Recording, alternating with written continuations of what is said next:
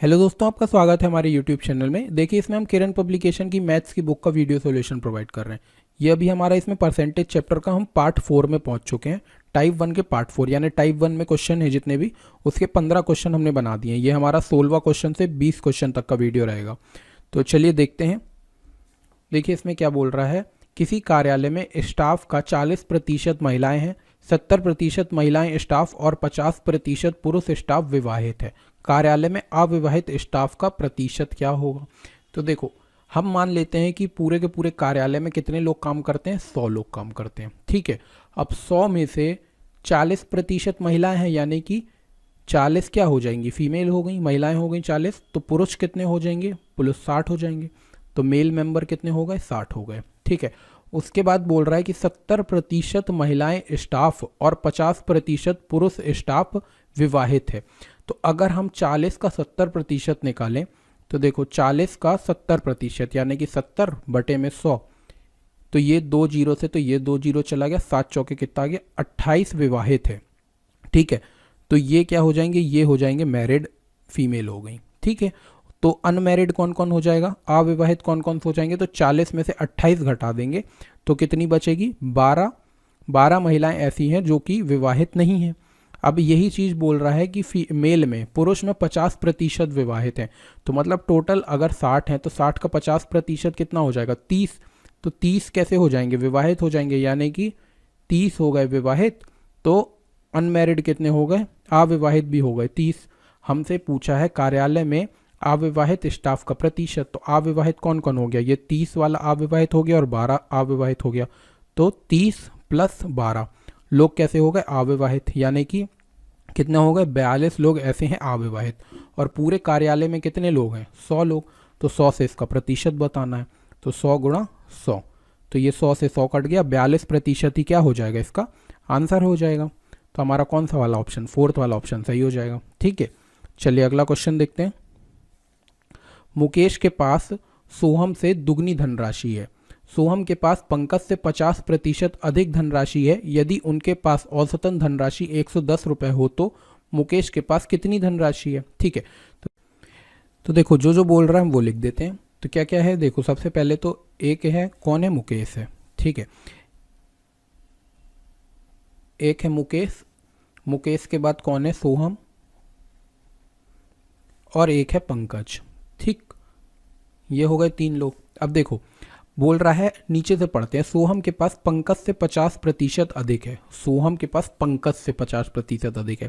तो अगर इसके पास 100 रुपये होगा तो इसके पास 50% अधिक है, तो कितनी हो जाएगी, 150 रुपये हो जाएगी। पंकज के पास हमने मान लिया कितने रुपए हैं, 100 रुपये। तो सोहम के पास कितने रुपए आ जाएंगे, 150 रुपये हो जाएंगे। ठीक है, और अपन पहली लाइन देखते हैं, मुकेश के पास सोहम से दुगनी धनराशि है।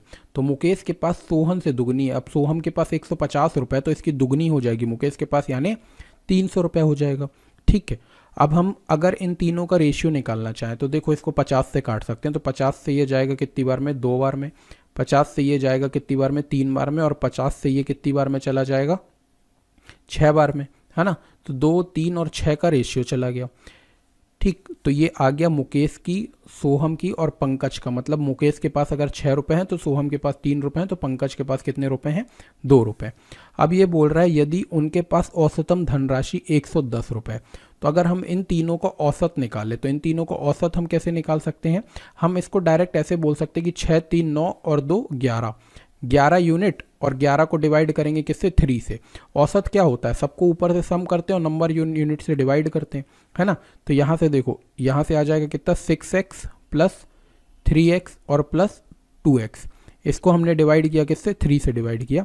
तो ये बराबर है किसके, 110 रुपये के। तो यहाँ से देखो 6, 3, 9 और 10, 11। तो यहाँ से आ जाएगा 11x किसके बराबर हो जाएगा, 330 के बराबर। तो यहाँ से अगर x की वैल्यू निकालेंगे तो कितना जाएगा, 330 बटे में 11। 11 से इसको काटेंगे तो कितनी बार में जाएगा, 30 बार। तो देखिए क्या पूछा है, मुकेश के पास कितनी धनराशि है। तो मुकेश के पास यहाँ से हमारे पास कितनी धनराशि है,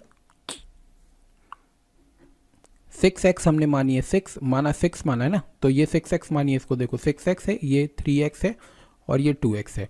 तो अगर 6x निकालेंगे तो x की वैल्यू आ गई 30। तो 6x की वैल्यू कितनी आ जाएगी, 6 × 30 यानी कितनी आ गई, 180 रुपये। तो 180 क्या होगा, हमारा आंसर हो जाएगा। कौन सा वाला ऑप्शन है? तीसरा वाला। चलिए अगला क्वेश्चन देखते हैं। क्या बोल रहा है, एक स्कूल में 1400 छात्र हैं, उनमें से 25% चश्मा लगाते हैं और चश्मा लगाने वालों में से 2/7 लड़के हैं।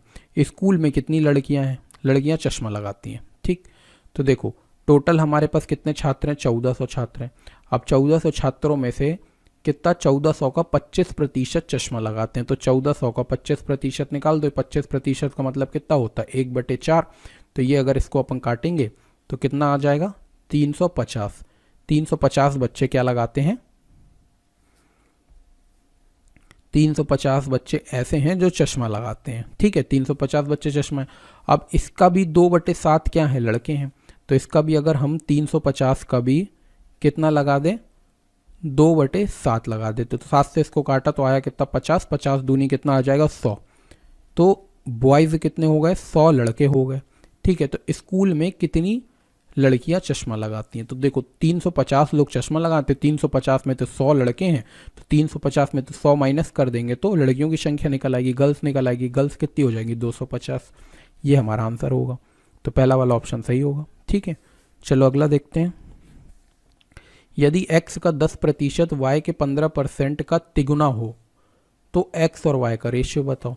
तो देखो x का 10%, तो लिख लेते हैं x का 10%, y के, तो इसको डायरेक्ट रेशियो ही बना लेते हैं, y के 15% का तिगुना हो।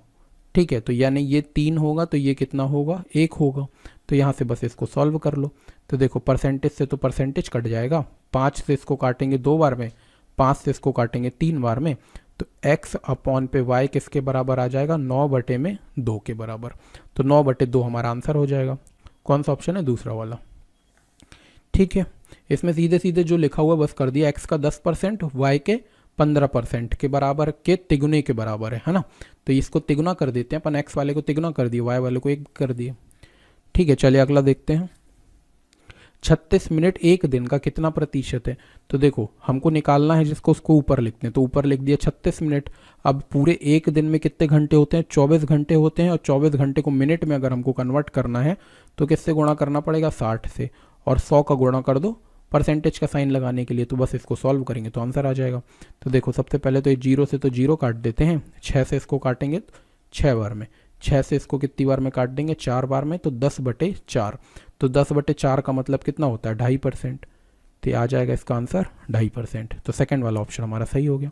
चलिए इसके आगे क्वेश्चन नेक्स्ट वीडियो में करते हैं, और आपने अभी तक हमारे चैनल को सब्सक्राइब नहीं किया तो सब्सक्राइब कर लें। Thank you.